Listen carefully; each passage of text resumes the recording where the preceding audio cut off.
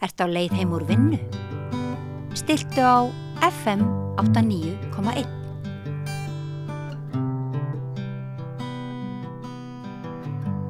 Já, komið sæl og blessuð og velkomin að málefnaborði dagsins í dag. Eins og þið hafið tekið eftir þá setjum við reglulega á dagskrá mál sem við teljum eigi erindi fyrir kosningar sem sérstakt umræðu efni.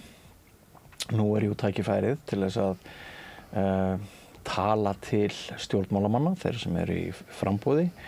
Má kalla það lýðræðisveislu að við hér á samstöðinni höfum verið boðið fulltrúum almennings daglega, alltaf í beinar útsendingar á kvöldin til þess að ræða það sem þeim finnst skipta mestu máli fyrir kosningar. Og svo veljum við stundum tiltekin mál eins og í dag. Nú ætlum við að tala fíkn sem mál sem við teljum að þurfa að ræða fyrir kosningar, afleiðingar fíknar, ekki síst gríðarlegan fjölda andláta, ungs fólks undir 60 sem hefur verið í fréttum undanfarið. Og svo maður skyggnist aðeins þar, þá sem sagt talað tvöföldun á milli ára í fólki sem deyr úr lyfjaeitrun eða kannski mögulega að einhverju leyti tengt sjálfsvígum. Það ekki alltaf auðvelt að greina á milli slysa og sjálfsvíga og kannski skiptir ekki öllu máli hvort við erum að tala sjálfsvíg eða slys. Þetta sami málaflokkur. Ópíóðar skýra þessar hamfarir að hluta. Við tókum eftir því svona frá með 2015 að þá fór eitthvað að breytast í þessum efnum. En stóra fréttin sem sagt sú að tæplega 100 fyrrverandi skjólstæðingar Vox undir 60, ég endurtek undir 60, létust í fyrra samkvæmt nýjum tölum. Og ef þetta ekki mál sem við þyrftum að ræða rétt fyrir kosningar, þá veit ég ekki hvað við ættum að vera að ræða. Ég heiti Björn Þorláksson, gestir mínir hér í kvöld eru Sigtryggur Ari Arason, blaðamaður og ljósmyndari og óvirkur alkoholisti. Vertu velkomin. Takk fyrir það. Anna Hildur Guðmundsdóttir, formaður SA, velkomin. Takk fyrir. Daðey Albertsdóttir, sálfræðingur á Geðheilsumiðstöð barna, vertu velkomin. Takk fyrir. Og Sigrún Sigurðardóttir, doktor í hjúkrunarfræði og prófessor við HA og stjórnarmanneskja í Geðhjálp. Takk fyrir. Ef við byrjum á þér, Sigrún, hvað fer hugan hjá þér þegar þú hlustar á fréttir og þegar þú fær tölur það að bara 100 mannslífa, ungs fólks, fara hér í súginn vegna andlegara erfiðleika, vegna einhvers ástand sem að þið kannski eftir að segja okkur betur hvað snýst hér í þættinum. En sko, hvað fer hugaðinn og erum við að tækla þetta gríðarlega heilbrigðisvandamál sem skyldi? Já, bara það sem fer yfirleitt í gegnum huga minn þegar ég heyr fólk sem að ýmist hefur farið í neyslu eða farið út af veginum hvað kom fyrir þennan einstakling? Hvað gerðist? Ekki endilega, við horfum svo mikið á hvað að þessu barni eða hvað að þessum einstaklingi og horfum á hvað kom fyrir, hvað gerðist? Hver áfallasagan? Og mér finnst bara alltaf, við gleymum þessu svolítið og við gleymum forvörnunum. Við erum einhvern veginn alltaf að slökkva elda og setja plástra og reyna að gera við fólk í staðinn fyrir að byrja fyrr á börnunum okkar, unglingunum okkar og hjálpa þeim snemma þegar sem verður fyrir áföllum. Þannig að stór hluti þeirra, ég held allir sem samla, stór hluti þeirra sem fara í neyslu áfallasögu. Og hvers vegna hefur kerfi brugðist þessu fólki. Og ég hlustaði á jarða fyrir síðustu viku á netinu, þar sem ungur maður var jarðaður sem að lést á Stuðlum. Og áfallasaga þessa manns rosaleg og það var vitað í skólakerfinu að hann var með áfallasögu. Hvað var gert í því? Hann fær bara stimpil fyrir að vera ómögulegu drengur sem að passar ekki inn í kerfi okkar af því að við búum til kerfi sem allir að passa inn í. Við erum ekki að búið til kerfi fyrir börn sem eru aðeins öðruvísi eða erfitt. Þau eru alltaf vandamálið. Við þurfum að bregðast til þessu fyrr inn í skólakerfinu. Og það enn þannig að við erum ekki að því hafa ekki orðin einar bætur með í rauninni fjölda félagslega úrræða sem eru til í dag sem ekki voru til dæmis þegar ég var krakki? Til dæmis það hefur fækkað úrræðum fyrir fólk sem börn og unglingar sem í vanda. Það eru færri úrræði í dag heldur fyrir mörgum árum síðan. Það eru mjög fá úrræði í boði. En það sem kannski, mér finnst mikilvægast að við erum ekki ennþá komið með áfælla með nálgun inn í kerfi okkar. þar sem við spyrjum bara hvað kom fyrir þig en ekki hvað er að þér. Við erum ekki komið þangað. Þangað þurfum við að fara. Ég myndi vilja sjá áfella með nálgun í stefnuskrá stjórnmálamanna. Og finnst þér við ekki beina athyglinni eða sjónum okkar að þessu vandamáli sem skildi? Nei, vegna þess að við erum alltaf að horfa hvað er að þessa mannsku.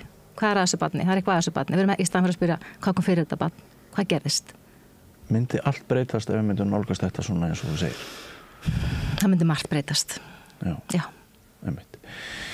Hérna, Daðey, þú ert nýbúin að skrifa grein með vinkonuðinni eða félaga, starfsfélaga. Þið voruð að fjalla snjallsímafíkn.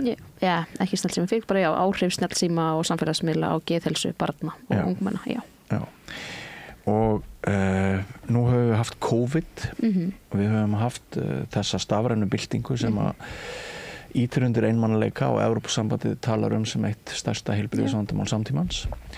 Getur aðeins sagt frá okkur efni þinnar greinar í örfáum orðum? Já. Niðurstöður og svona tengta kannski að einhverju leyti þessu umfjöllunarefni? Já, bara kannski mitt. Minn bakgrunn er náttúrulega bara ég vinn með börnum og ungmennum og á geðheilsumiðstöð barna. Og við skrifum þessa grein, ég og Silja, kollegi minn sem er líka sálfræðingur og erum bara báðar mjög uppteknar og áhugasamar þessi mál og erum svolítið að setja í samhengi við það mitt bara síðastlegin 2 ár sérstaklega, bara ítrekka verið að tala þessa hrakandi geðheilsu ungmennun okkar og barnan okkar og hvað er í gangi og auðvitað ótrúlega margt sem kemur þannig inn í og eins og þú talar áföllin náttúrulega skipta rosa miklu máli og það þau sem eru svona, hvað hefur helst markarandi áhrif í lífi fólks er áföll sem að verða fyrir í æsku. Og þannig en við erum svolítið að skoða þetta bara út frá þessu breytta umhverfi kannski sem börnin okkar búa við í dag og eins og þú segir, COVID kom fyrir nokkrum árum auðvitað og svo einhverja afleiðingar af því líka en við vitum að það sem skiptir mestu máli varandi það hversu hamingjusamur er tengslin sem átt við fólki í kringu þig. Það er besta forspárbreytan fyrir hamingju. Það er ekki laun eða peningar eða hversu mörgur hlutir það átt. Það er bara samskipti og tengsli fólki í kringu þig. Og það sem við höfum líka sjá að við höfum raunin aldrei viljað tengt bókstaflega en við höfum aldrei upplifað mikið einmannaleika að þannig að fólk er svolítið að setja þetta í samhengi og við erum að tala svolítið bara og leggja til í rauninni og hvetja til breytts umhverfi barna hvað varðar skjánotkun og sérstaklega með til snjallsíma og samfélagsmiðla og við vísum þannig bók sem heitir The Anxious Generation og hann heitir Jonathan Haidt sem er félagssálfræðingur og er bara svolítið að taka saman litteratúrin, bara hvað vitum við úr rannsóknum og allt þetta, þú veist, af hverju þetta búið að breyta svo mikið og hann er að leggja til 4 tillögur að breyttu umhverfi sem við erum svolítið að taka og bara leggja svona okkar mat og frá okkar faglega mat út frá okkar reynslu, okkar vinnu í bæði meðferð og greiningu og það er þá þú veist, engin snjallsímar fyrir 16 ára engin snjallsímar fyrir 14 ára fyrir ekki, engin samfélagsmiðlar fyrir 16 ára símalausi skólar og meiri áhersla á bara leik og ábyrgð í raunheimum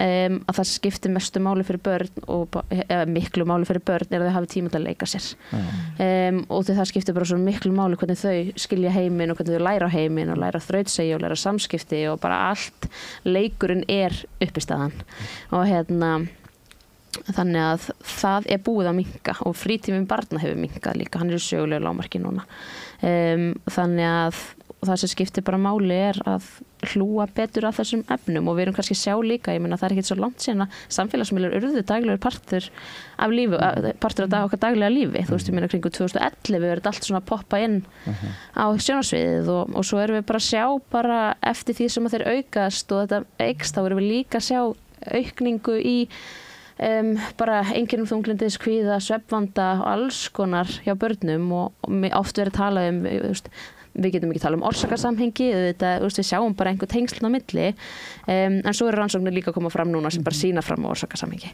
þannig að þetta er það sem við þurfum að huga að bara svolítið hvert eru við komin, okkur eru komin ánga og hvernig getum við farið tilbaka og án sérstakra viðbragða, nú erum við að tala hóp sem er kannski þínir umbjóðendur eru allt að 18 ára ekki, 17 ára yngri en við vorum að tala sennilega hóp sem er 18 til 59 ára gamall ég veit ekki til þess að það sé einhver börn þarna inn í þessari tölu en sem sagt nógu slæmt er ástandið og þú ert að segja okkur hvernig það birtist þér hjá börnum. Ertu með tölur sem sýna marktækt aukna vanlíðan frá ári til árs, fleiri þjónustuþegar? Fleiri þjónustuþegar, ég náttúrulega vinn hjá geðheilsumiðstöð barna, þú veist, og þá náttúrulega fáum við til okkar, við erum það sem kallast annars stigs heilbrigðisþjónusta, þar sem að börnum vísa til okkar í greiningar og alls konar vandamálum eins og ADHD, einhverfu eða bara ýmislegt sem sem þau eru að díla við. Þannig ótengt snjallsímónum með þannig, bara við tölur varandi það, frá þegar ég byrjaði 2020 að vinna þarna, þá vorum 780 cirka börn í bið, í dag er biðlistinn 1630 cirka. Þannig að þarna erum við að sjá náttúrulega gífurlega aukningu í tilvísunum til okkar. Þetta er ekki hægt að segja að það sé eitthvað eitt eða annað sem að orsakar það getur verið að við sem finna fleiri börn sem þurfa á okkar þjónustu að halda, en umfram það myndi ég halda samt sem áður og svona mín tilfinning að það er eitthvað líka breytt í umhverfinu okkar sem er ekki að styðja nógu vel og hlúa nægilega vel að börnum. Þannig að mín persónulega og mín faglega tilfinning er svo að það er eitthvað í samfélaginu okkar sem er ekki að ganga nægilega vel upp og við erum að sjá það í vanlíðan hjá börnunum okkar. Þú varst að segja að biðlistin hefði meir en tvöfaldast á 4 mánuðum. Já, þannig við gert og það sjáum við bara á mörgum stöðum í kerfinu. Úr 730 sagður í... Já, cirka. 1600 og eitthvað, 1630 eða slíkt. Þannig að ef ég á barn sem að glímir við alvarlega vanda, þá erum við í raunverulega vanda. Já, sko, ef þú ætlar að koma inn í þjónustuna hjá okkur, já. Og auðvitað eru fleiri staðir úti sem að þjónusta börn, en þetta er náttúrulega... bara oft eru foreldrar með börnin sín í vanda og veit ekki hvert þeir eru að leita og svo koma þær að bið til okkar og það er biðtíminn því miður einhver ár. Anna Hildur, þú ert hjá SÁ. Hvernig, hvað fer þinn huga núna í þessari umræðu? Já, bara maður eru auðvitað áhyggjur af stöðunni og ég held að við séum ég held að við séum að átta okkur á í raun og veru hvað samfélag okkar er búið að breytast alveg gífurlega. Og ég er náttúrulega bara að vinna í þessum bransa eins og maður segir mjög lengi. Þannig að maður er búin að vera vafinn þessu lengi.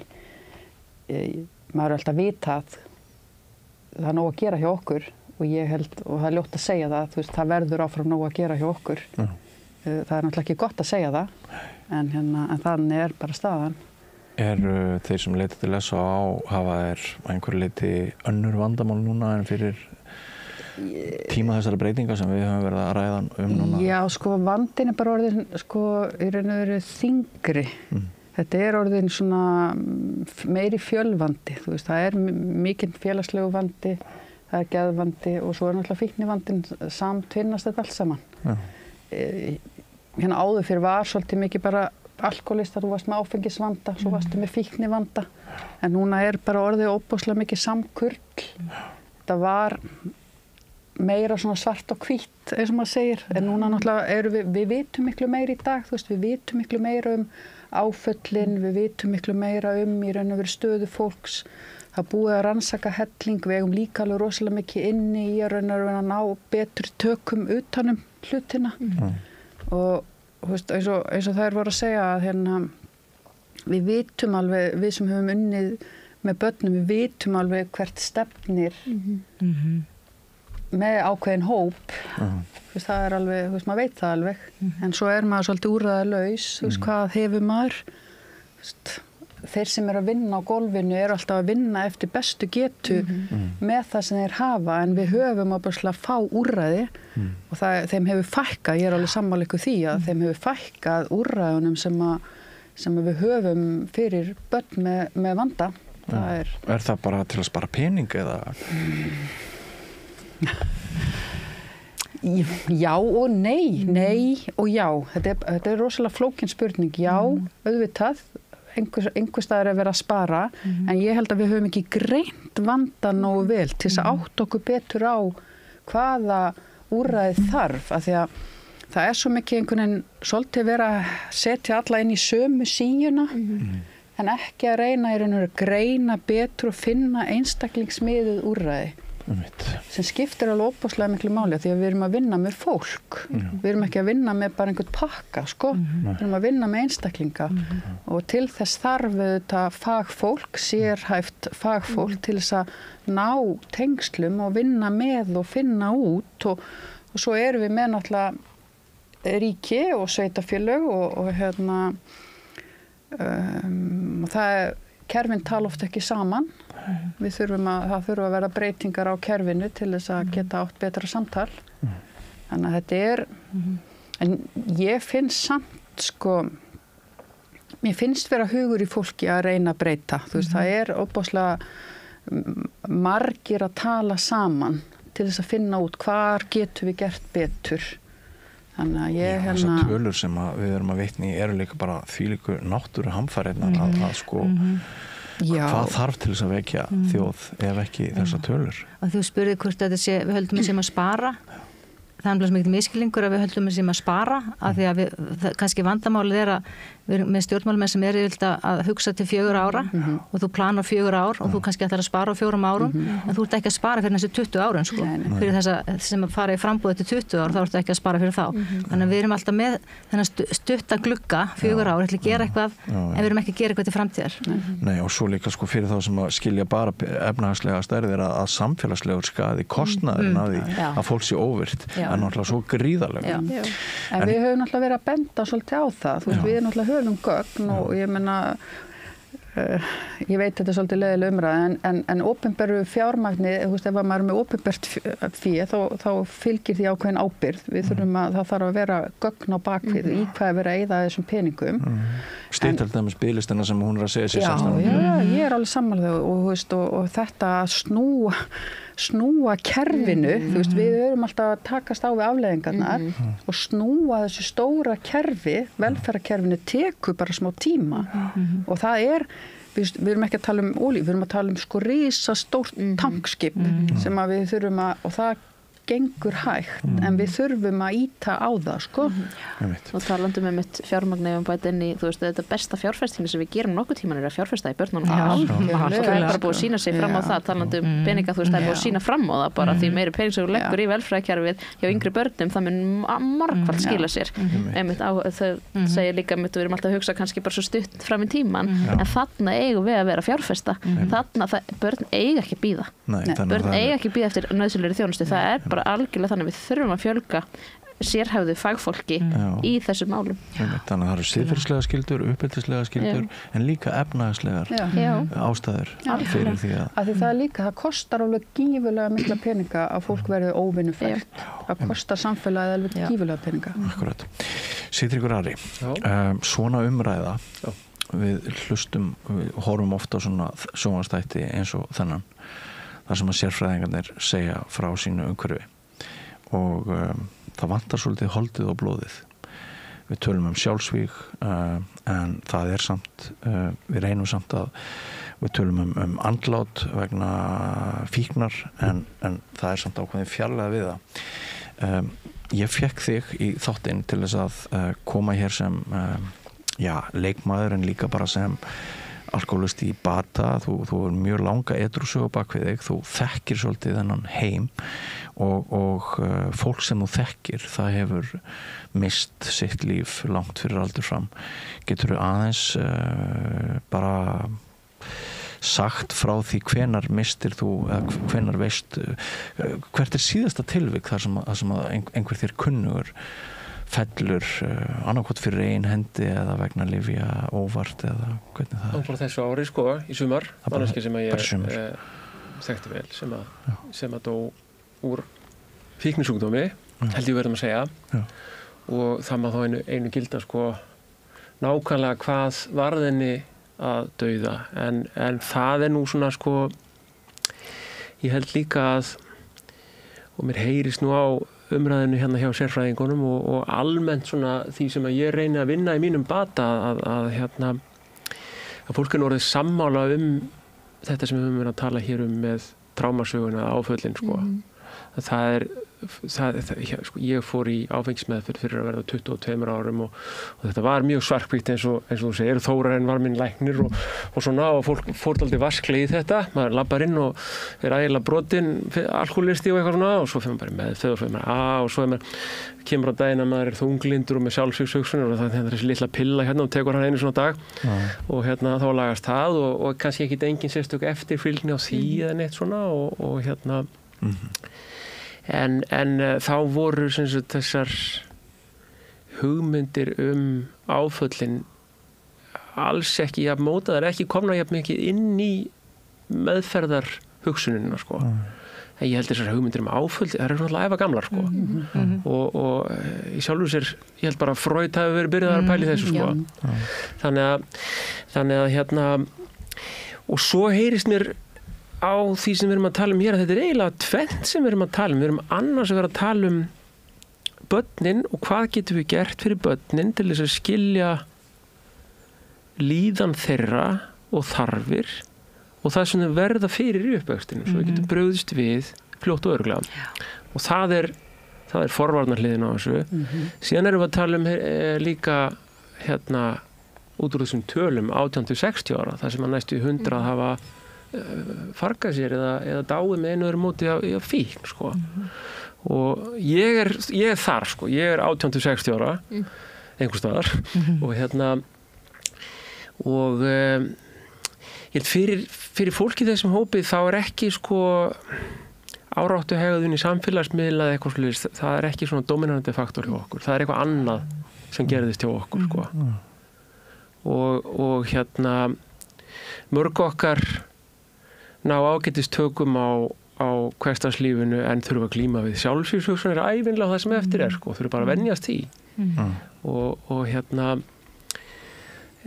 og þurfa auðvitað að nálgast sín eigin áföll einhvern veginn því að fólk þetta oft algjörlega hulið sko, hvaða var sem gerðist og þá er eftir þetta, hvað á þetta fólk að gera sem er 18-60 ára og labbar með sjálfsvígshugsanir alla daga á það farið til geðlæknis ég held á Íslandi sé bara engin fær vegur að því að komast að hjá geðlækni ég segi það þetta er náttúrulega ekki kvalitatíft, þetta er eigintilegt hjá mér sko. Ég held að það sé eiginlega bara ekki geðlæknar á Íslandi þess að það fáir að það fólk sem að þarf á geðlæknisþjónustu að halda og gengur svo langt að fá sér lagt inn á geðdeild til þess að komast að geðlækni þannig er jafnvel ekki að heita geðlækni þar og þetta segi ég að því ég veit það og ég er ekki áfellist ekki fólki sem starfar í þessum geira ég veit að það hlýtur að vera einhver önnur ástæða fyrir því að þú finnur ekki geðlækni heldur en að fólkið vilji þetta ekki sko. Þetta væri frábært fyrir þetta fólk að komast að hjá sálfræðingi það kostar 26.000 kall tíminn og það er vandamál fólk sem að gengur með sjálfsvígshugsanir lónadóan og er kannski í virkri fíkn þyrfti helst að geta verið á sálfræðingi vikulega myndi ég segja ekki mikið sjaldan en það og þá er nú kannski bara ódýrar að vera í virkri fíkn sko. Eða ég veit ekki þetta er svona, maður er alltaf vann að segja þetta alltaf beint út og þetta hljómar eins og ég sé að mála þetta upp svolítið dramatist en ég held að þetta sé veruleikin okkar og ég held að sé veruleikin okkar að það voru samþykkt lög sem áttu að tryggja gjaldfría sálfræðiþjónustu fyrir nokkrum árum fyrir bara mörgum árum það fylgdi ekkert fjármagn en hefur ekki fylgt fjármagn og svo líka þannig að mannslífin eru okkur einskis virði þegar kemur að þessu og svo ofan á það líka einmitt er að það eru náttúrulega ákveðnir það eru hópur sálfræðingar sem eru á samningi hjá SÍ sem að getur fengið niður greitt sálfræðiþjónustuna en bara samningarnir sem SÍ gerði við sálfræðinga eru svo slæmir að það vil ekki sálfræðinga vera á þeim og því að við erum líka bara hópur fólk sem þarf að borga húsalegu og borga húsnæðan okkar og lifa af þannig að og það er náttúrulega hræðilegt að þurfa að rukka fólk í neyð fyrir og kannski líka benda á þá eru eins og hjá Píeta samtökunum talandum fólk með sjálfsvígshugsanir þá hægt að leita þangað og hægt að leita á bráðmóttökuna að fá aðstoð en þetta veit maður að aðstoðin er stundum erfitt að fá. En hvað er það hjá Bjarna Ben vegna þess að hann hefur staðið helst gegn þessu að var ekki Þorgerður Katrín sem kom þessu frumvarpi gegn með Viðreisn með sem sagt sálfræðingana Bjarni sagður alla tíð hafa bara staðið gegn því að fjárhirslur ríkisins væru opnar fyrir þessu. Erum við enn að kljást við þessa gömlu stórhættulegu skaðlegu karlmennsku í ríkjandi stjórnarfari að þú átt ekki að bogna, þú átt ekki að vera aumingi, þú átt að ná þér einhvern veginn sjálfur á strik og ef þú getur það ekki þá áttu bara ekkert gott skilið eða hvað, Diddi? Ég held að ég veist ekki, það sem ég held með þessar hugmyndir áföll þannig að fíknihegðunin, hún symptomatísk á einhverju sem við vitum ekki alveg hvað er hjá hver og einni mannesku, og fíknihegðunin getur verið bara í allar áttir, og ég ætla að leyfa mér að giska á að fólk sem er með sjálfsvígshugsanir eða fast í einhverjum sjálfvirkum hugsunum sem er að eyðileggja líf þess, að það er symptomatist líka og þetta er fólk sem þarf að komast í meðferð og það er ekkert að okkur gagnast eiginlega ekki að þegar að kemur að því að ákveða hvað við ætlum að eyða peningum í þetta, þá gagnast okkur ekkert að brytja þetta niður og segja fyllibittir og svo miklu auðmingjar, og hérna er fólk sem er með brotna sjálfsmynd og það er nú kannski hægt að hjálpa því, og ég held að það gagnast okkur ekki Ég held að við verðum að sætta okkur við það að fíknihegðunin, hún er skaðleg og fólk einangrast og það missir tengsli við nærumhverfið sitt og svo missir það oft efnahagslegan grundvöll og þetta er svona spírall og ég er ekkert að segja náttúrulega fréttir hérna. Ég held að það þurfum að sætta okkur við það að þetta er að við myndum telja saman dauðsföll sem raunverulega verða af alkohólisma. Þá telja saman fólk sem deyr af því að einhver var fullur, fólk sem að deyr af því að einhver var að keyra fullur, fólk sem deyr af því að tekur sitt eigið líf eða dettur hann einhver á hólu eða bara, guð veit. Þetta er allt saman meira og minna af völdum einhverjar fíknihegðunar. Afleiðingar af fíknisjúkdómum eru gífurlegar. Það eru æðislega kostnaðarsamar. Miklu meira en við áttum okkur á kannski. Já. Og í raun og veru þetta og tengist líka, þú veist, ofta þessari skráningu, þú veist að ég menna hlustiði á morgunútvarpið á Bylgjunni eða Rás 2 á mánudagsmorgnum. Þú veist, hvað er verið að tala um? Það er verið að tala um afleiðingar af fíknisjúkdómum, slysinn, á ofbeldið, allt þetta sem gerist helgina, allt sem gerist niður í miðbæ, allt sem gerist inn á heimilunum sem við vitum ekki af. Afleiðingar af sjúkdómum eru gífurlegar og þetta er, þú veist, hluti af þessu er upp á yfirborðinu, restin er undir yfirborðinu. Og erum við ekki útsett fyrir þessu sem þjóð? Við búum í myrkri, við erum einangruð og ég veit ekki hvort það er eitthvað í genamenginu. Eru einhverjar rannsóknir sem sýna það að fíkn sé erfist meira hér á landi en hjá öðrum þjóðum? Nei, held ég ekki. Nei, var gerð einhver erfðarannsókn, ég bara er ekki alveg með á hreinu, með díkot og SAA á sín tíma. En það sem er í raun og veru, við erum búin að, þetta byrjar alltaf áfengi, við erum búin að normalisera áfengisneyslu og það eru miklu fleiri sem deyja af völdum áfengis heldur en af völdum lyfja eða ópíóða. Það eru margfalt fleiri sem deyja af völdum áfengisneyslu og afleiðingum áfengisneyslu. Þannig að þetta byrjar allt þar. Já, á sama tíma eru að glamúrvæða neyslu. Algjörlega. Ef maður horfir á þetta svona flatt, þá er áfengi langhættulegast. Gjörsamlega. Ég er algjörlega samlegar. En þið vitið kannski ef við myndum normalisera eitthvað annað fíkniefni svona mikið, þá myndi það taka yfir. Jú. Það er búið að gera eitthvað svona áfengi að einhverju svona golden boy, þú veist, þetta er svo næs og þetta er svo fallegt og þetta er svo skemmtilegt. Það er ekki hægt að gera neitt nema bara því að maður þarf að hafa búblurnar eða bjórinn eða þú getur ekki einu sinni labbað á 1000 metra hátt fjall. Nei, öðru svona Instagramma myndaðir á toppnum þar sem þetta poppa hérna einnig kampaði. En þetta er í raun og veru skert lífsgæði. Algjörlega, og þeir sem að búa, börnin okkar sem búa við það að sé áfengisneysla inn á heimilinu, börnin búa við skert lífsgæði. Þau fá færri möguleika heldur en þau börn sem búa ekki við áfengisneyslu. Það er líkurnar á að lenda í áföllum. Algjörlega.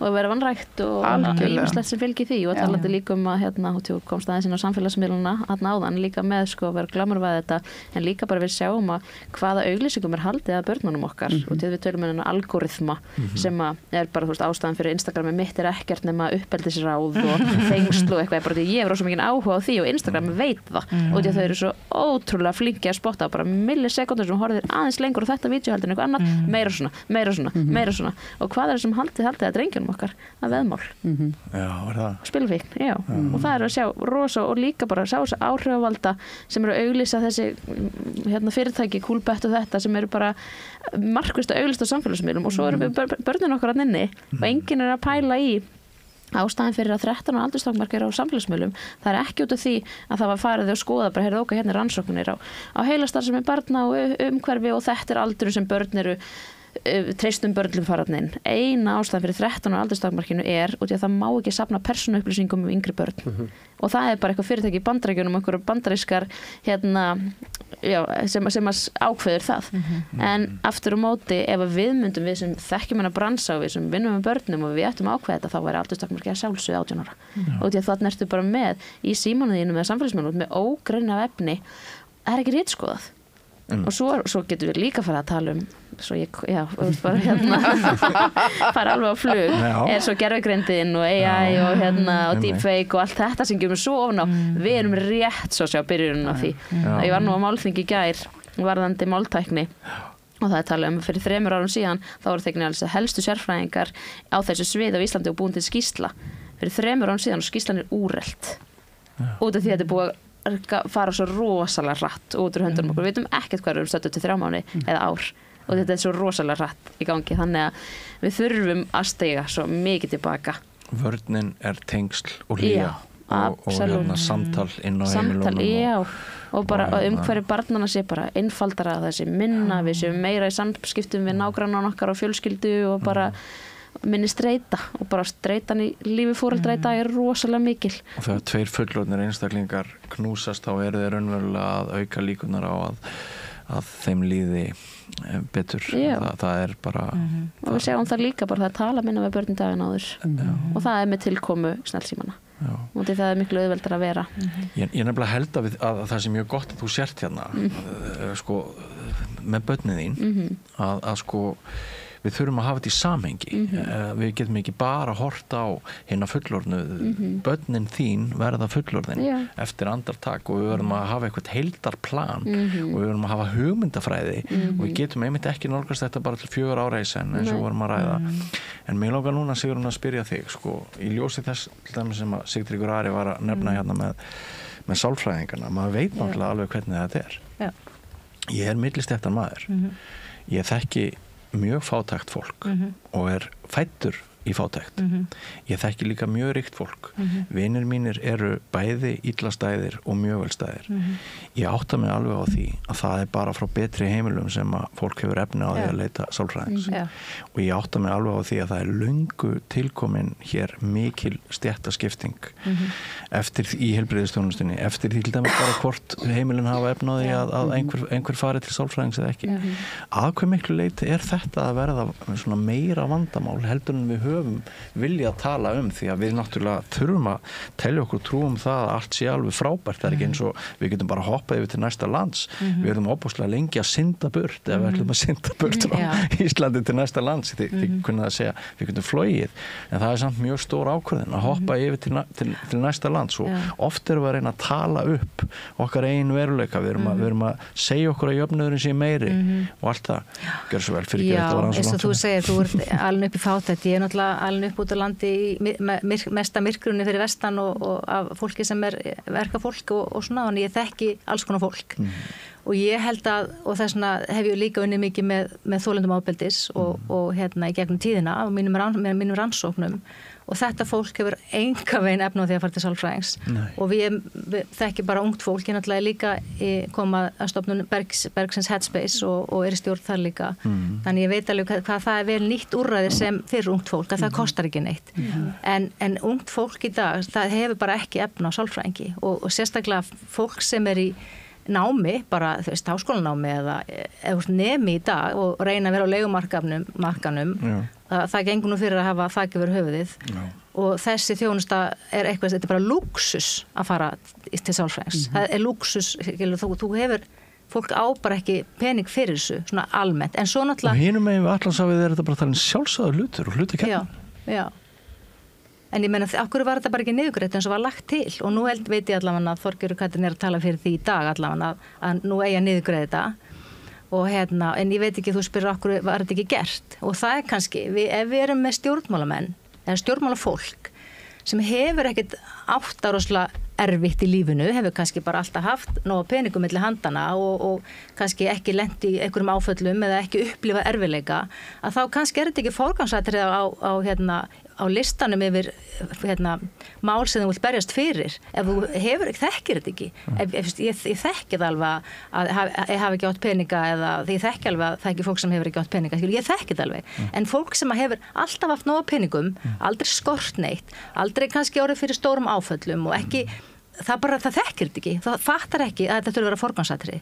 Þetta bara forgangsmál í fyrir frambjóðendur núna að tryggja þessa þjónustu. En sína rannsóknir að efnahagsleg stéttaskipting, hvað varðar heilsufar, að hún sé aukast, þessi efnahagslega stéttaskipting? Þekkið ekki með rannsóknum, en það kemur ekki óvart, að þetta sé... Þinn hópur, börnin, eitthvað hægt að segja þau út frá bakgrunnsbreytum? Alveg pottþétt, en einmitt, eins og segir, ekki með neinar einhverjar tölulegar upplýsingar hér og nú, en alveg pottþétt hægt að skoða bara literatúrin varðandi það, en einmitt varðandi aðgengi að sálfræðingunum líka, þetta nú eru komnir sálfræðingar á flestar heilsugæslustöðvar, og það er náttúrulega niðurgreitt af ríkinu og borgar, ég man ekki mikið penning fyrir það, en það eru líka bara leið og kom og bara fylltist þetta bílastanir.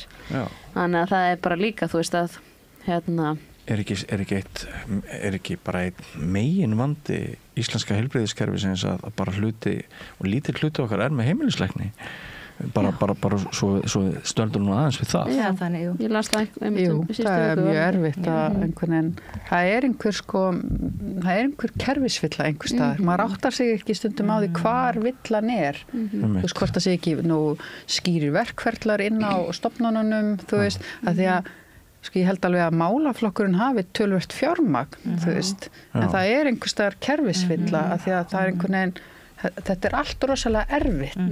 Og svo líka talandi hvað kom fyrir barnið og þetta, auðvitað erum við með þessa biðlista, þeir ótrúlega mikið vandamál, við þurfum fleira fagfólk, við þurfum fleiri sálfræðinga, við þurfum að fá meira aðstoð inn í þetta kerfi, en svo má líka alveg spyrja sig af hverju eru öll þessi börn að bíða? Hvað er það í þeirra umhverfi? Hvað er það breytt umhverfið okkar sem gera það verkum öll þessi börn að bíða? Af hverju er þetta aukast? Hvað er þar? Og þar held ég líka komið rosalega mikið inn í streita foreldra og bara hversu mikið er að gera hjá okkur og þar komum við aftur inn með tæknina og snjallsímana og allt þetta, að þetta er einhver svona lúpa og við vitum hvað skiptir máli fyrir börn, við vitum hvernig við eigum að hlúa vel að börnum, en erum við að gera það og hafa bara heimilin færi á því, þú veist, af hverju þurfa báðir foreldrar ef þeir eru tveir að vera báðir útvinnandi. Þú veist, af hverju er ekki eðlilega eins og ég veit bara bæði reynslu og þekkjum margt fólk sem hefur búið á Norðurlöndunum, það er bara rosa mikið norm að ef það eru tveir foreldrar þá eru báðir kannski að vinna 70%. Og þar er ég alls ekki að segja að konur eiga aftur að fara í það að sinna bara börnum, bara langt í frá, en bara við þurfum að taka þetta, þú veist, það ætti ekki að vera eðlilegt að báðir foreldrar séu 100% vinnu og svo ertu með fyrsta, aðra og þriðju vaktina og það líka og reyna að sinna þetta sem þú ert að sinna, þú veist, það er bara ekki hægt. Þannig það er svo eðlilegt að fólk upplifir streyti í þessum aðstæðum. Og það sem hefur bæst við vinnu okkar, og þar get ég talað að tölveri reynslu því ég er 60 ára gamall, þegar ég hef störf sem blaðamaður, ég var 19 ára þá líkur vinnudeginum þegar fer út á vinnustæðanum. Ég er ekki bara á kvöldin og allar helgar heldur ég líka stundum á nóttunni að bregðast við upplýsingum sem blaðamaður. Og ég held við séum öll meir og minna að bregðast við upplýsingum og við erum þá ekki að laða fram það besta í okkur. Börnin verða aftengdar en ella og svo framvegis. En mér langar líka að pæla í því, hvenær er það hlutverk stjórnmálanna og stjórnmálamanna að setja stefnu, að grípa inn í, að ávarpa þjóðina, að halda utan þjóðina. Þetta sem reglurnar sem þú varst að nefna áðan með símana, langflestum íslendingum finnst þetta algjörlega steikt. Við horfum á hana lista, þú ert að tala að krakkarnir er ekki fá snjall sem er fyrir 14, er það ekki? Í fyrsta lagi. Í fyrsta lagi. Við þurfum að spóla alveg rosalega róttækt tilbaka. Og þar sem, fyrir ekki. Nei, ég bara veltaði fyrir mér. Sko, það er stundu sagt að það sé pínulítið erfitt að glíma við Íslendinga. Við séum svo mikið einstaklingshyggju fólk. Já, það erum það. Og við bara tökum ekki samræmdum leiðbeiningum. En er þetta bara Sigtryggur Ari, er þetta hlutverk stjórnmálamanna? Til dæmis forræðishyggja. Hefur þetta orð verið notað sem skammarirði, einhverju svona brjálaðri, sturlaðri nýfrjálshyggju? Þurfum við bara aftur að taka upp bara forræðishyggju sem gott og gilt tæki? Því náttúrulega, þetta bara þarf maður að umgangast svona lagað bara af hugsun og mildi og skilningi. Þú getur ekkert þú verður náttúrulega þetta kannski heilsufarslega best að banna allt áfengi strax, skiljið eitthvað svona raugl, en við getum ekkert gert það. Þetta er byggt inn í menningun okkar. Hinn fíkniefni líka, og þá ekkert endilega bara þessi sem við sjáum sem fíkniefni, heldur bara símarnir og peningarnir og bara allt mögulegt. Þetta er allt saman, þú veist, hægt að breyta þessi einhverja fíknivaka. Þannig að það er ekkert ég persónulega verandi edrú og eitthvað svona, ég verð bara alltaf meira og meira hlindur af glæpavæðingu til dæmis á sjálfum fíkniefnunum. Það sé mjög mikilvægt. Ræðum hann. Já, en ég held líka að það sé allt í lagi og við hikum ekkert við það að passa að börnin okkar sé ekki expóserið fyrir öllu mögulegu, fyrir þau eru tilfinningarlega og þroskalega tilbúin til þess. Og það er bara allt í lagi að þú stundum hljómar þessi andspyrna gegn Símonu svolítið eins og Heimir Vestnandi fyrir að ég með eitthvað samviskuviti yfir að ég skulle hafa verið einhverjum tölvuleik sem var fyrsta kynslóð 1980 eitthvað og breyttur örugglega engu fyrir mig Nei, tölvuleikandi, þeir eru það eru snattsímanir og samfélagsmiðlarnir. Ég hef mæðurnar höfðu áhyggjur af krökkunum sínum þegar útvarpið kom. Þetta er svo pínulítið þannig, en einhvers staðar verðum við samt bara að horfa á þetta af skynsemi og reyna að sjá hvað er best fyrir krakkan okkar. Og sjálf. Ef við þurfum að banna síma í skólum, það var bannað í skóla eldri dóttur minnar. Já, eins og 45% skóla. Það var bara allt í lagi. Þau svindla og svo svona, ég veit allt um það. En þetta er í það heila tekið jákvæð breyting og það kemur á daginn að þeim skiptir þau engum máli hvort þau eru í símanum eða ekki. Og þau kalla líka eftir þessu. Nei, akkurat. Þau hvort sem ekkert að vera í símanum. Nei, en þau börnileg, þau vilja fá reglur þetta. Það sjáum við líka á rannsóknum, að bara þau kalla eftir, þau vilja fá að einhvers, og þau segja stundum í nú er eitt félagi minn sem fyrir mjög mikið í bara fræðslu í skólum, að þau eru oft bara, við viljum nenni að segja okkur að hætta, nenni að gefa okkur eitthvað aðeins haldið utanum þetta, og þetta er svo, við ráðum illa við þetta.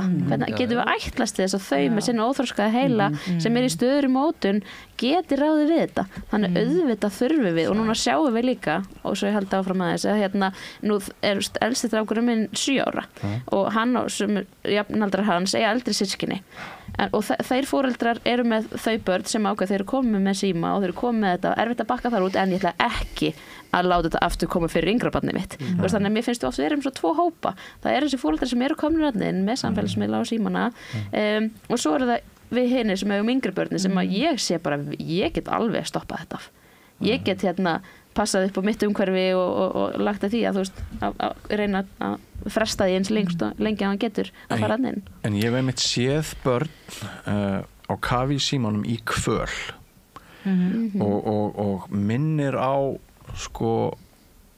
alka að drekka í kvöl og kemst ekki út úr því og maður sér þetta bara niður í að manni finnst 8, 9, 6 ára gömul börn og stjórnleysið er náttúrulega algjört en auðvitað er þetta búið að vera snúið við vorum aðeins einbra á COVID áðan og það er margt sem er búið að ganga á og mildin, ég er á samanlega með það við þurfum að náttúrulega nálgast þetta með mildi og það vantar líka í raun og veru við höfum svolítið týnt bara þessari samhygð og þess að búa í svona samfélagi og passa upp okkur annað af því að í raun og veru þetta það hægt að treysta stærsta hlutanum, skilurðu, en við þurfum að passa þá sem að minna mega sín og hafa kannski ekki varnirnar og hafa ekki utanumhaldið. Við megum ekki gleyma mennskunni og þetta að búa í samfélagi, það þýðir að mér annt þig, skilurðu, og ef ég sé að þú ert að fara að voða, þá vildi ég svo gjarnan geta aðstoða. En við erum alltaf í þessu kapplaupi. Við erum svo rosalega mikið að hlaupa einhvern veginn. Upptekin. Já, rosalega upptekin þannig að, þú veist. Þarna held ég að stjórnmálamenn beri ábyrgð. Ég held að þeir eigi að halda utan okkur sem þjóð, þeir eigi að hvetja til samhæðarinnar, þeir eigi að átta sig á því að þegar vextir eru 9,1% vextir, þá blæðir heimilunum, fullorðna fólkið grætur, það á valla fyrir mat, það er helmingi meiri streita á heimilunum en ella, en við látum eins og þetta kom okkur ekki við. Og þú tala á heimilislækna, okkur fólk fari ekki til mig á heimilislæknum. Það er talað núna allavega ég er búin að vara á ráðstöfunum í Bandaríkjunum, áfallaráðstöfunu núna fyrir nokkur síðan og það er talað bara rauninni að 80% af ástæðan fyrir 80% af langvinnum sjúkdómum er streita. Og hvað er fólk að gera á heimilislæknum oftast? Það er með ykkur líkamlegar kvartanir, það er eitthvað að líkamlega, það er eitthvað að. Og það kannski fyllir alla tíma að því þú ert með eitthvað líkamlegt, það er eitthvað að þér, að þið líður illa. Og þú ferð yfirleitt ekki til læknis að þið líður illa andlega, þú ferð oftast til læknis að þið líður illa líkamlega og líkamlegar afleiðingar sem getur verið afleiðingar af streitu. En erum við að takast á þessa streitu? Við erum ekki að takast á við rót vandans. Þegar fólk alltaf hjá læknum út af alls konar heilsufarslegum vandamálum, út af streitu og við erum ekki að vinna með þessa grunnstreitu og eins með fíknivandan og ég hugsa alltaf hvað er það sem verður til þess að einstaklingum líður svona illa að það sé svo mikil sársauki innan með honum að hann þarf að nota efni til að deyfa sig eða fylla upp í tómarúmið. Hver er ástæðan? Það er rót vandans. Já, það er líka oft sko að í þessari streithallir þá er fólk líka að nota áfengi til þess að róa sig niður, skilurðu, og þá verður þessi hringrás, skilurðu, og þá þetta er bara streitan. Það er ekki líka með kvíðalyf og svefnlyf og allt þetta til að minnka eitthvað líkamlega sem grunnurinn eru kannski andleg og ég man nú ekki töluna hversum hátt hlutfall það sem leitar á bráðamóttöku sem vegna andlegra veikinda sem að hefði geta verið að díla við á öðrum staðum ef það hefði betra aðgengi að heimilislækni. Þetta fellur það sjálfsega heimilislækni að þú ferð ekki einu svona, ég get ekki eins og bóka tíma hjá mér með heimilislækni, það er bara nokkuð fyrir það. Ég er samt með heimilislækni. Ég er ekki með. Þannig að þetta er svo, þú veist, og ég las að mitt líka frétt í síðustu viku hvort það var með varandi verkfall lækna og einhver formar, ég man ekki hver var það að tala það, þarna þurfum við, bara 50% landsmanna eða eitthvað er með heimilislækni og við getum komið veg fyrir svo mikinn vanda ef bara allir hefðu þessa eina mannsku, bara heyrðu hérna, þetta er vandamáli, hvað get ég gert? Þú verður leiðbeina með áfram. Já, og ég gerði einu sinni frétt lækni sem að ákvaða að ráðleggja sjúklingu sínum það þegar þeir komið til hans og sögast vera með einhverja verki að í staðis að ávísa á verkjalyfin þá svona aktíft bara fór hann að segja já, viltu prófa að fara í göngutúr? Viltu prófa að fara í göngutúr? Og svo bara skrifaði hann aftur inn eftir 2, 3 eða 4 vikur og svo kom kannski fólk aftur og þurfti aldrei verkjalyfin af því að það hafiði bara farið í göngutúr. Fólki leiðist nú svolítið svona læknar en þetta er rétt ráðið. Fólk svona, þú vilt fixið, þú vilt það skyndilaust, þú vilt það á að laga þig núna. Við sjáum það líka með svefnvandan. Við erum alltaf, þú veist, við erum heimsmet í mörgu og þegar annars er ávísun svefnlyfja per íbúa. Við erum með ótrúlega flotta gaggreinda meðferð sem virkar í svefnvanda og virkar í 80% tilfelli. Þetta er bara besta, árangursríkasta sálfræðimeðferðin sem bara hugrun atferlismeðferð við svefnvanda.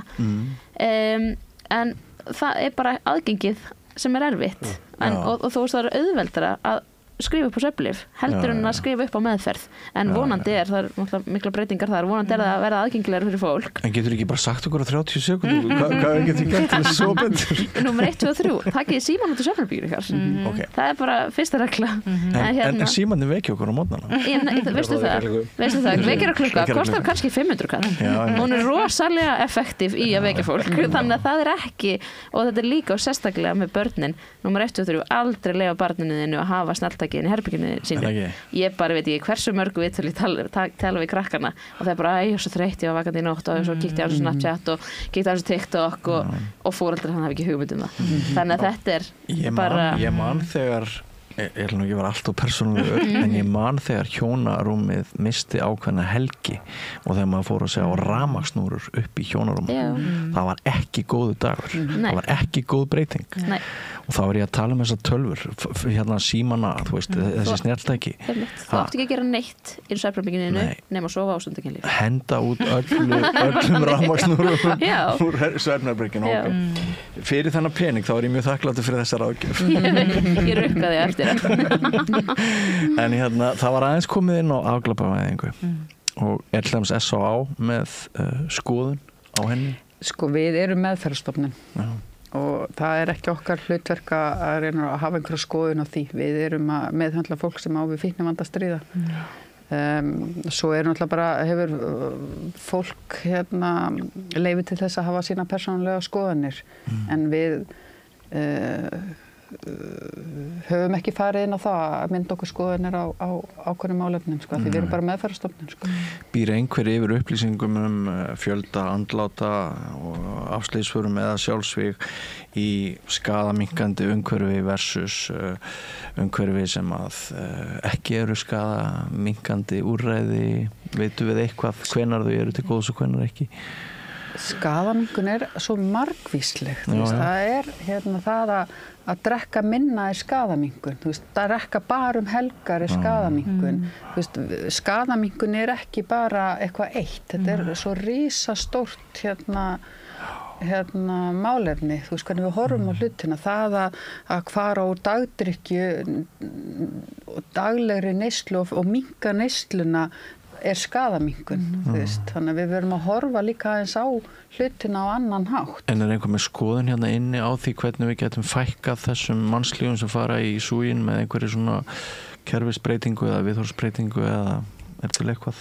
Sko ég held að kerfin okkar þurfa að tala betur saman, bæði heilbrigðiskerfið og velferðarkerfið. Það er þannig og það er alveg rosalega mikið til að góðum úrræðum. Við erum ekki að tala um risastóran hóp. Við en það þarf auðvitað, ég held til dæmis að farsældarhugsunin sem er gagnvart málefnum barna, hana þurfi inn í málefni fyrir fólk með fíknisjúkdóminn og fíknivanda. Og betur hvað er það svona í örfáum orðum? Það er einhver að vinna meira saman. Að gera kerfunum kleift að tala saman. Já. Af því að þú ert með heilbrigðisvanda, það að vera með fíknisjúkdóm er heilbrigðisvandi. Við getum svo sannarlega meðhöndlað fíknisjúkdóminn og komið fólki meðferð og fundið úrræðu, svo tekur við félagsleg endurhæfing sem síðan tekur bara töluvert langa tíma. Við erum alltaf einhvern veginn, þetta á alltaf að taka svo stuttan tíma en það að fá bata er langt ferli. Þú ert kannski búin að vera mjög lengi í neyslu, þú þarft að fá tíma til þess að endurhæfa þig, til þess að byrja að taka þátt í samfélaginu aftur og fá heilan til þess að byrja að starfa upp á nýtt. Það er ekkert bara gert á 10 dögum á Vogi eða 4 vikna meðferð, þetta er 2-3 ára ferli. En við erum alltaf einhvern veginn verður að komast í lag, og byrja að vinna, þannig að drífa sig, í staðan fyrir að gefa okkur tíma og leyfa fólki að taka lítil skref og þá að finna út á hvaða tíma, hvaða aðstoð þarfan, hvenar er einstaklingurinn klár í að takast á við áföllin sín, hvenar er hann til í að takast á við fjárhagsvandan sinn, hvenar er hann komið trygga búsetu, þetta er svo flókið, þannig að við þurfum einhvern veginn að tala betur saman og þegar að vantar eitthvað úrræði, að þá náttúrulega bara fellur keðjan, þannig að við þurfum að horfa heildrænt á þetta. Og það er ekki bara einhver einn aðili sem sér þetta er kerfið saman. Og ég vil taka undir þetta nefnilega, það skiptir svo miklu máli að því að það er ekki það er engin ein meðferð sem er best fyrir það er ekkert eitt sem hendar öllum og þú þarft að finna fyrir suma hendar að fara til sálfræðings. Aðrir vilja hitta félagsráðgjafa eða geðhjúkrunarfræðing eða við verum að hafa heildræna nálgun og horfa á þetta heildrænt þannig að við virðum allar fagstéttir og það geta allir komið með sitt. Nú til dæmis við kennt að það virkar náttúrumeðferð, náttúrutengt endurhæfing, það sem múst meina endurhæfing út í náttúrunni. Ég fékk mig vinnu nefnilega á heilsustofnunni í Hveragerði í sumar sem hjúkrunarfræðingur með samtalsmeðferð og það er náttúrulega vinna með hreyfinguna, vinna með vatni, vinna með náttúruna, þú ert að vinna bara heildrænt með einstaklingin, þannig að allar fagstéttir, hvað sem þú ert hjúkrunarfræðingur, sálfræðingur, iðjuþjálfi eða hvað það þurfa allir að koma að þessu, af því að það geta allir gert eitthvað og það ekki þannig að það sem að þú ert sendur til einhver sálfræðings og það kannski bara hendar þér ekki, annars vegar þessi meðferð hendar ekki eða þessi sálfræðingur hendar ekki og við þurfum að opna fyrir því líka að það meðferðarsamband og ég þarf að hafa val sem einstaklingur það hvaða meðferð hendar mér og ég þarf að geta valið það í samfélaginu, en það bara ekki hægt í dag, við höfum ekkert val. En jafningja líka nálgunin mjög mikilvæg eins og inn í nafnlausu samtökunum sem ég veit ekki einu sinni hvort ég má ræða, ég skil aldrei þessi þetta dæmi en hérna sko höfum við verið að draga fólk sem að deilir vanda meira saman, er það hluti af einhverju lausn að við séum ekki alltaf maður og mann, sérfræðingur og sjúklingur heldur? Ég held að þarna þurfum við, bara eins og Sigrún að tala sko, þetta er svo mismöndi hver einstaklingur þarf og á hvaða stigum. Á ákveðnu tímapunkti, þá virkar jafningjastuðningur mjög mikið. Það þarf líka faglegan stuðning og faglegan nálgun. Allt þetta getur síðan virt unnið saman. Þannig að ég held að þetta samtal, þú veist, ég reynir við notandan rosalega mikilvægt, þú veist, hvað hann klár í hverju sinni.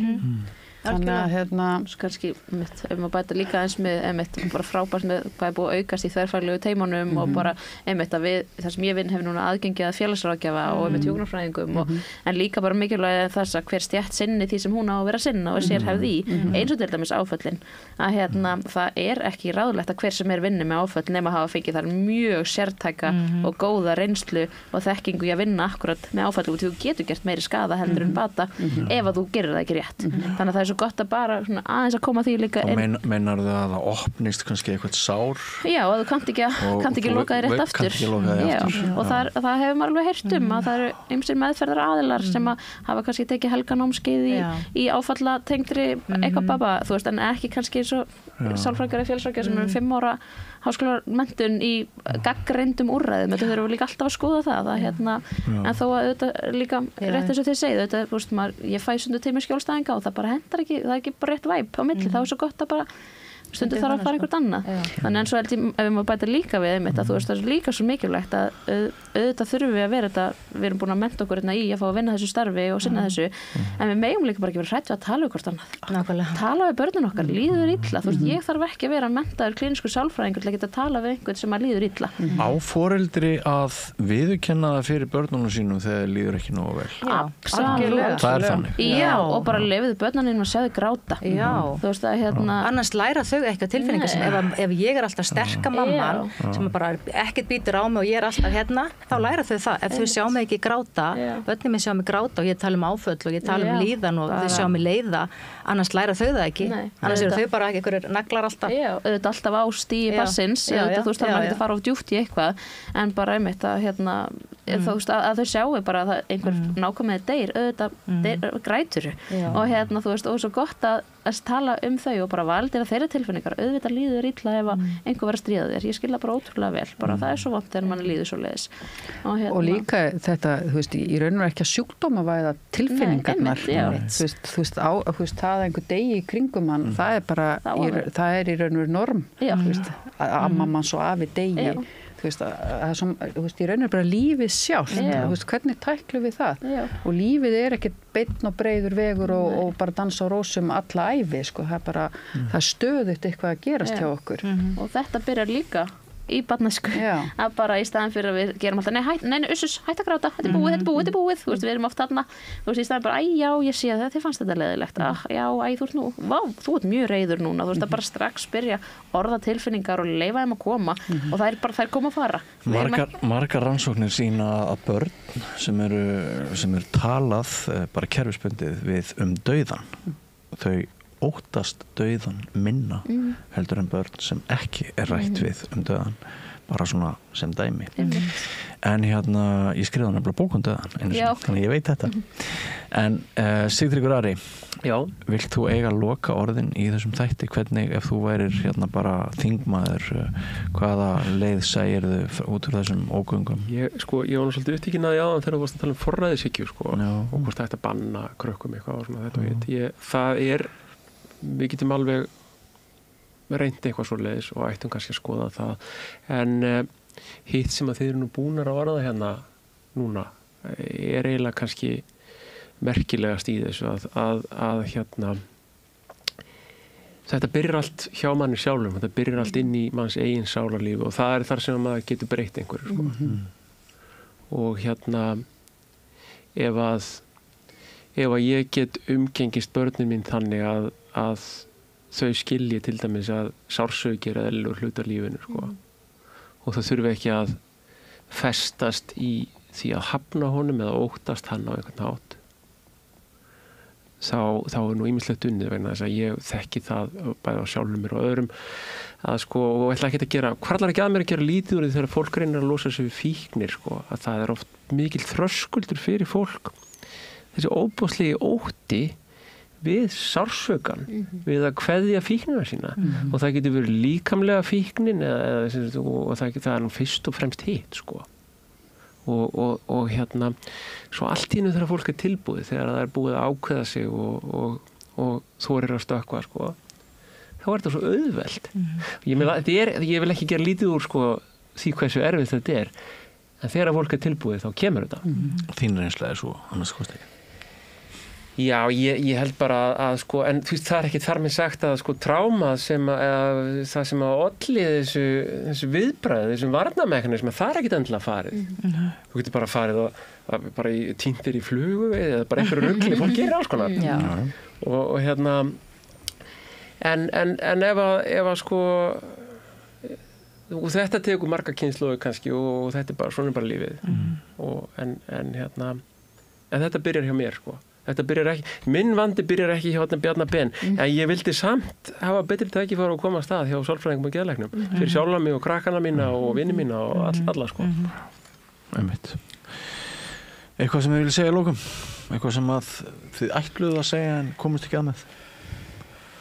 Já, ég bara tek undir þetta að byrja hjá okkur sjálfum og ég þarf að næra mig áður en ég næri aðra og ég þarf að næra mig áður en næri börnin mín og ég þarf að vinna svolítið í mér til þess að verða heilstettur einstaklingur og taka ábyrgð á eigin heilsu og eigin tilfinningum af því að það er eitthvað sem ég þarf bara að gera og þú nefnir eins með fíknina, það getur erfitt að missa hana eða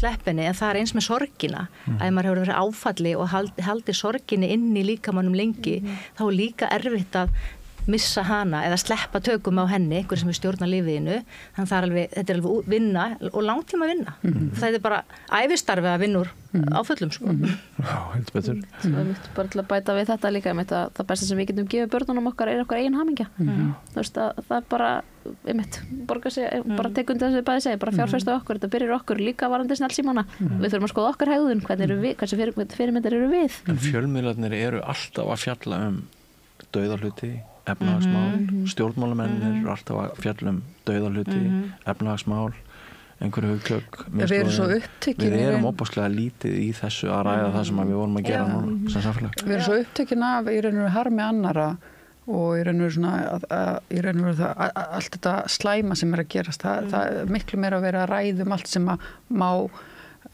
sem er að í staðan fyrir að reyna að fókusa á allt þetta sem við erum að gera rosalega gott þú veist og horfa á í raun og veru lífið er alveg frábært og ég segi hvað því maður er sjálfur í bata þú veist að hafa fengið þetta tækifæri að horfa á lífi með þessum jákvæðu augum þú veist eins og sé það verkefnin kom svo sannarlega þú veist að maður er bara manneskja og maður á í samskiptum alla daga þannig að maður þarf að vanda sig og mér finnst það rosa mikið maður þarf að vanda sig á öllum vígstöðum Við þurfum eitthvað að gera til þess að snúa við þessari óheilla þróun sem að við hófum þáttuna og höfum verið að ræða Ég held að samfélagið er svolítið á tímamótum við erum svolítið svona þú veist það er allir einhvern veginn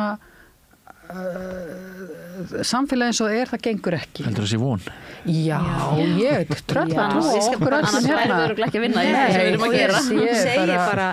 Ég segi þetta stundum að þegar ég ólst upp á Ísafirði þá var það bara árlega sem að sjóslys voru og feður dóu í hafinu og það var bara endalaus börn að missa feður sína og við gátum breytt þessu við gátum breytt því áður fyrir var pappi minn út á sjó að leita af týndum sjómönnum nú er Guðmundur Fylkesson að leita af týndum börnum við getum alveg breytt þessu þetta er alveg, þetta er svipað við gátum fækka sjóslysum við getum þetta alveg og líka bara einmitt, þetta er náttúrulega eitthvað í stjórnvöldum en líka, það má líka bara valdefla okkur sjálf að bara sem dæmi, algjör tilvílun bara, áður en ég kom þá stofnaði ég Facebook-hóp sem bara fyrir fólk sem býr í Mosfellsbæ bara áhuga fólk snjallsíma notkun og samfélagsmiðlanotkun barna og það bara svoleiðis hrönnaðist inn fólk og því ég hef verið síðustu 3 árin alltaf í bara árgangi sonar míns bara eigum ekki að setjast niður og tala saman við höfum gert það og svona hópur ábyrgra foreldrar svona mjög mikið að pæla í þessu svo var ég bara, ég get alveg farið víðar með þetta það er fullt af fólki þarna úti sem langar að gera breytingar og sem er tilbúið í það en er svona,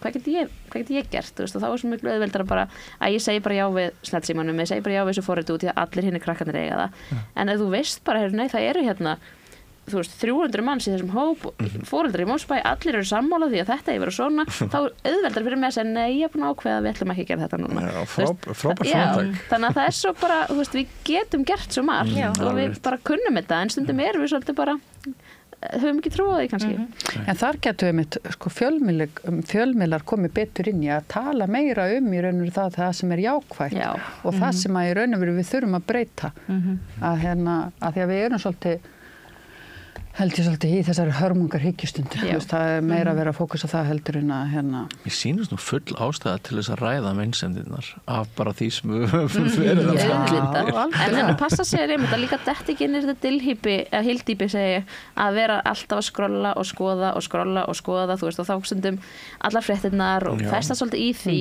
hérna í gamla daga, talandi það ég er nú ekki það gömul en þú veist þá voru bara fréttir klukkan 12, 4 og 7 eða eitthvað skilji nú er þetta allan sólarhringinn, ég get endalaust En ég er alveg sekur það að þegar maður hefur upplifað íslenska bjartsýnis vorið og við vorum bara eins og eldflögu stigum hærra og hærra þannig til síðustu ár nú eru lífsgæðið okkar að fara niður við veitum að börnin okkar, þeirra framtíð er ekki að björt eins og okkar framtíð var og þá er náttúrulega stöndu við á tímamótum það er svolítið dimma yfir samtímanum, ekki bara Íslandi heldur yfir öllum heiminum en það er mjög góð brýning hjá ykkur að við leysum ekki áskorannar vandamálin með depurð og með því að okkur vaxir hlutirnir í augum alls ekki. Einmitt, og til að bæta inn í það var skrifið bók, hann er sænskur læknir held ég og lýðheilsufræðingur sem heitir Factfulness sem fjallar í megindráttum það að heimurinn hefur aldrei verið á betri stað. Hann reyndi að skrifa hann fyrir 4 mánuð síðan, ég veit ekki hvort eitthvað svo að breytast en þú veist, það er aldrei færri dáið af slysförum eða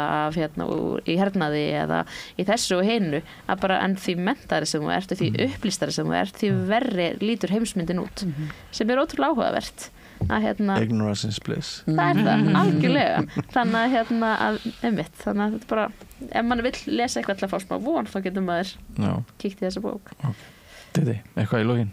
Nei, ég er góður bara Eru kæra þakkir, Sigrún Sigurðardóttir doktor í hjúkrunarfræði, prófessor í HA og stjórnarmanneskja í Geðhjálp Daðey Albertsdóttir, sálfræðingur á Geðheilsumiðstöð barna, svo nokkuð sem nefnt Anna Hildur Guðmundsdóttir, formaður SÁ og Sigtryggur Ari Jóhannsson, blaðamaður og ljósmyndari og óvirkur alkoholisti eins og ég, stjórnandi þessa þáttar kæra þakkir fyrir komuna og við munum halda áfram með þessi málefnaborð á næstu dögum en förum yfir í aðra sálma, ekki fara langt.